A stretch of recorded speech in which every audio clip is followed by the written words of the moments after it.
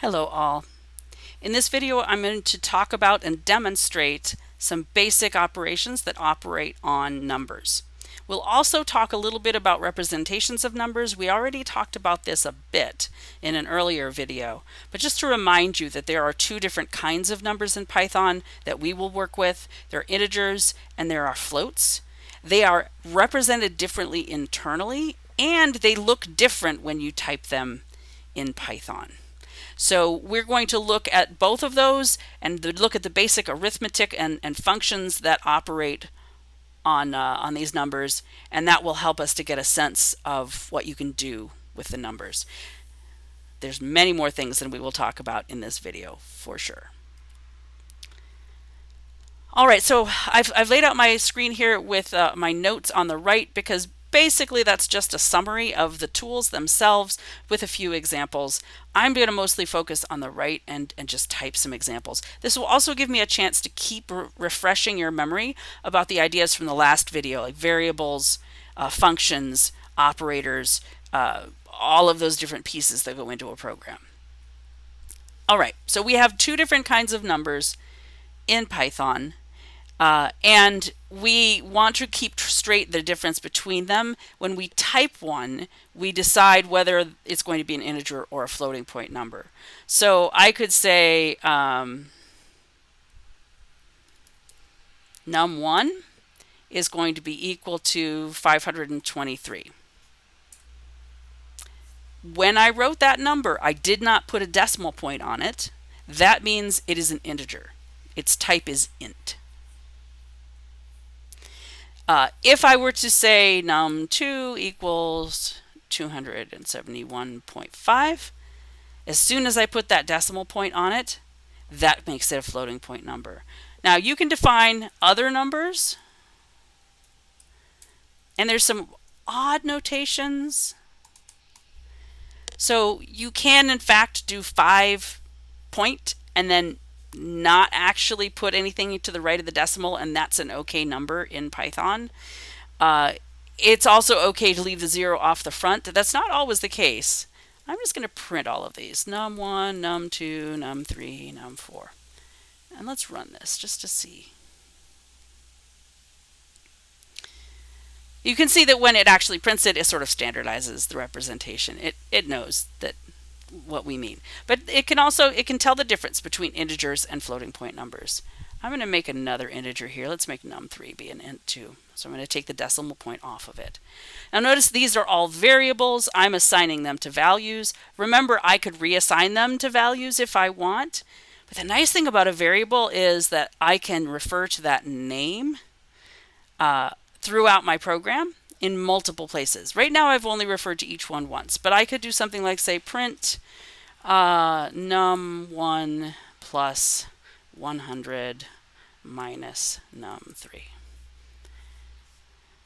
I don't have to retype the number. I can just use the variable name, which is usually easier to remember. And if I want to change the data that it's operating on, I can just go up here to the top and actually change these numbers and then run the script again. And this is an arithmetic expression, and it's demonstrating the addition and subtraction, which are kind of easy and intuitive.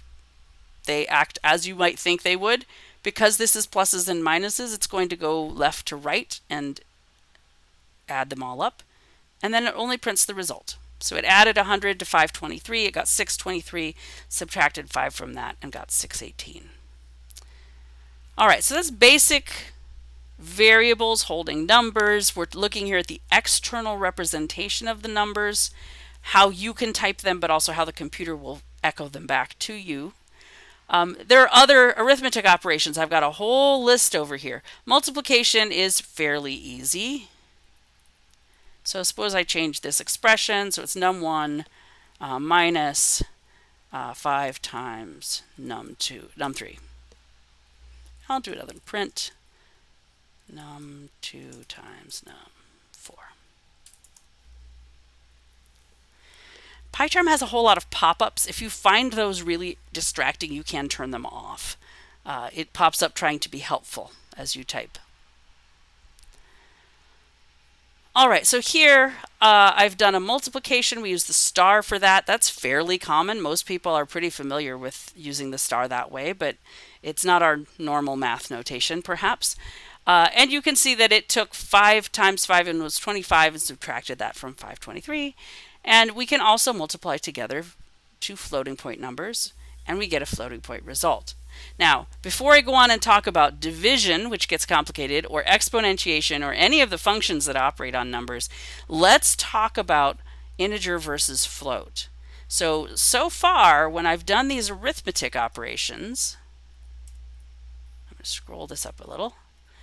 I've been very careful to do the arithmetic with two integers or two floating point values. And you can see that when you do that, the value that you have as a result follows the type. So if I had integers, I get an integer result from doing addition or subtraction or any kind of arithmetic. If I have two floating point numbers, they stay as floating point numbers. So that's because the computer's recognizing the type of the data, and it's automatically doing the operations differently for integers versus floating point. But what if I did something like print num1 plus num2? Now I have an integer and a floating point.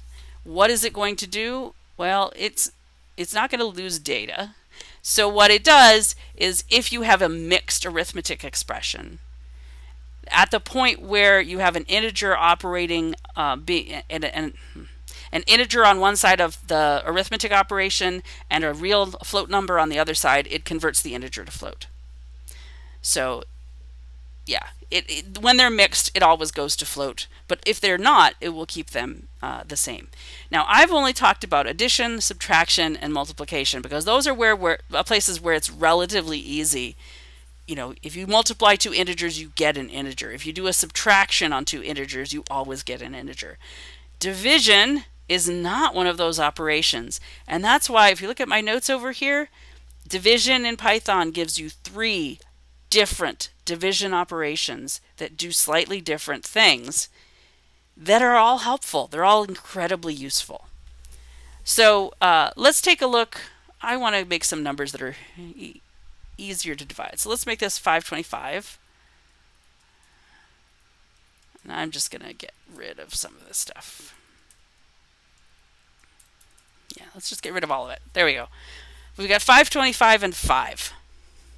I'm going to start with a simple example and then we'll make it more complex. So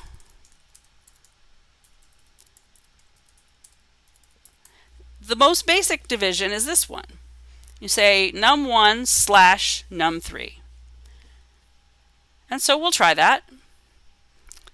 525 divides by 5 evenly, as that's why I made it that way. So the result we get is 105.0. But you notice what happened here? I had 2 integer values. But when I did the division, I got a floating point result. That's because the single slash in Python means do a floating point division and make the result be floating point. And that's because you could have 2 integers that don't produce an integer result. Suppose that, I actually don't know if this comes out evenly. Let's try it. There we go. If I divide 525 by 6, I do not get an integer. I get a floating point number. So the slash sign guarantees that if this happens, you'll get the actual, as close as the computer can get to a precise answer, even as if it's a floating point number. We don't always want that. Sometimes we want to just do integer division. So if you think back to some point, maybe in elementary school, you learned to do integer where you produce the quotient and the remainder. I'm hoping you remember that. The other 2 operations that we have are doing quotient and remainder. So they give you the integer parts of the division. The quotient is basically the part to the left of the decimal point when you do the floating point division, and then the remainder is the integer leftover values that aren't part of that division. So quotient and remainder, these are things that exist and you might have run into them. So if you do the double slash, I'm going to turn this num3 back to a 5. You do the double slash, you get the same result as we had before, the 105, but it's not been converted to a float. And if I make this 6 again, now I lost something, right? Because I'm only getting the integer part. I'm getting the 87, but not the 0.5. If you want the 0.5, you have to do the third operator, num1, num3. Now, I should explain this. So the percent sign there is being used as a remainder operator. Okay? So that equals quotient, and the percent, no, not slash percent, percent equals remainder. It's in a little way unfortunate that we use something that also has numeric connotations for remainder. There is no, the percent sign in and of itself, talking about percentages, has nothing to do with remainders. I am firmly of the belief that the programming language that first used the percent sign for remainder just thought, well, it's got a slash in it. It kind of looks like a weird division sign. Maybe a division sign tipped on its side. So we're stuck with it. That's what we're using. But don't get fooled. The fact that it's a percent sign, it doesn't have anything to do with percentages. It's just doing the remainder operation. So if I run this again, now I get 87 and 3. If you worked this out the long way, doing quotient and remainder division, 3 is what you would have left over. We're dividing by 6. 3 is half of 6. That's where the 0.5. That's the other way of representing the 0.5 that we had before. Okay, I want to show you one last thing about this, just because division is so complicated. Suppose I make these two the same numbers and same values, but I make them floating point numbers. It still does quotient and remainder, but it leaves them as floating point numbers. It's just like blows my mind, right? We're doing integer division and we're doing quotient and remainder, but if we do quotient on two floating point numbers, we get a floating point result. So it's a little odd that way, and it takes some practice. One of the things that I want to encourage you to do as you start programming is just typing in a lot of print statements, right? You create a couple variables, print them out, make sure they look right. You do an operation like this, print it out, make sure it looks like what you expect, because there are ways to convert these things if you don't like it. All right, I didn't mention one other operator, which is exponentiation. So I will do that here. So I can do like 6 star star 5, and that's going to compute 6 to the 5th. And then I'm just going to print out num3. We'll just simplify what we have here.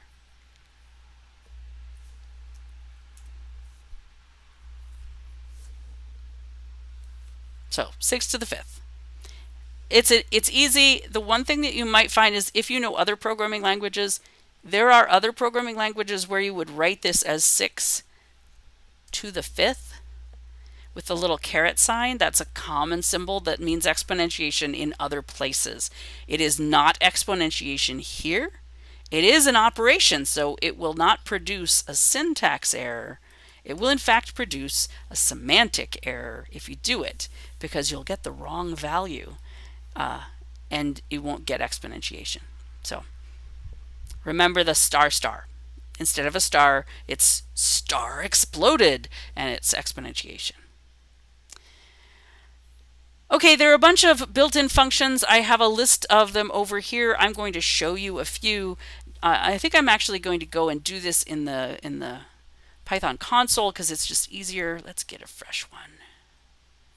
Okay. So here we are in the Python console. I'm going to assign a few variables to values. 50, y equals 20. There we go. So we got a couple of values that we can work with.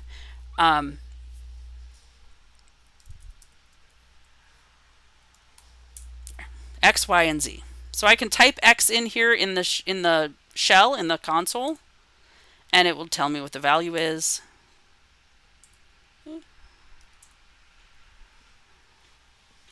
I don't know why it's being so fussy with me today. There. So I can do that to see the values. If it was in my program, maybe I couldn't. Maybe I want to know what is the largest and the smallest among these three. I can call the max function, x, y, z, and it will report the result. Min does exactly the same thing. You give it some numbers, and it reports the smallest among the numbers. You can also put regular old numbers in right here. So I could do like 5, 2, 9, 8, 10, 12, 4, negative 15. And it's going to tell me that among that set, the largest of them was 12. You have to pass max something. You have to pass it at least one value, but it can take any number of values, and it will find the largest in that set. Min is similar. There's absolute value, which is abs. We use absolute value all the time just to convert negative numbers to positive. It's pretty simple. So absolute value of x is not going to do anything because x is already positive, but absolute value of negative 325, it just turns it to a positive. So it's a function. It's out there. It's used a lot, so it's right here for us to use. We can round things as well. So round 3.5. That's almost one of my examples. Rounding 3.5, it might round upward. If I do 3.3, it will round down. Notice it also converted it to an integer. You can actually tell it you want it to round to a certain number of places if you want to. The last two, the conversion functions, are kind of important. So I'm going to actually come back up here to the script, and we'll take a look at this idea of types, right? So there's a function called type. You can pass it any kind of data, and it will report out what the type of that data is. So if you look in the output down here, I'll try to make it a little bigger. It tells us that num1 is type float and num2 is type int, as we would maybe hope and expect. The functions int and float, they serve both as the type, but they also are converter functions. They can take anything that works and convert it into their own type. So I could say, print, let's see,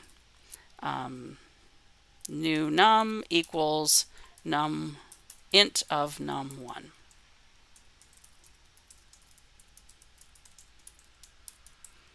And then maybe I'll print it, and we'll see. There it goes. It took the 525.0, it converted it into 525. If it had something non-zero after the decimal point, it would just eliminate it. It just cuts it right off. It truncates it. You can convert other sorts of things. So I can also, let's say,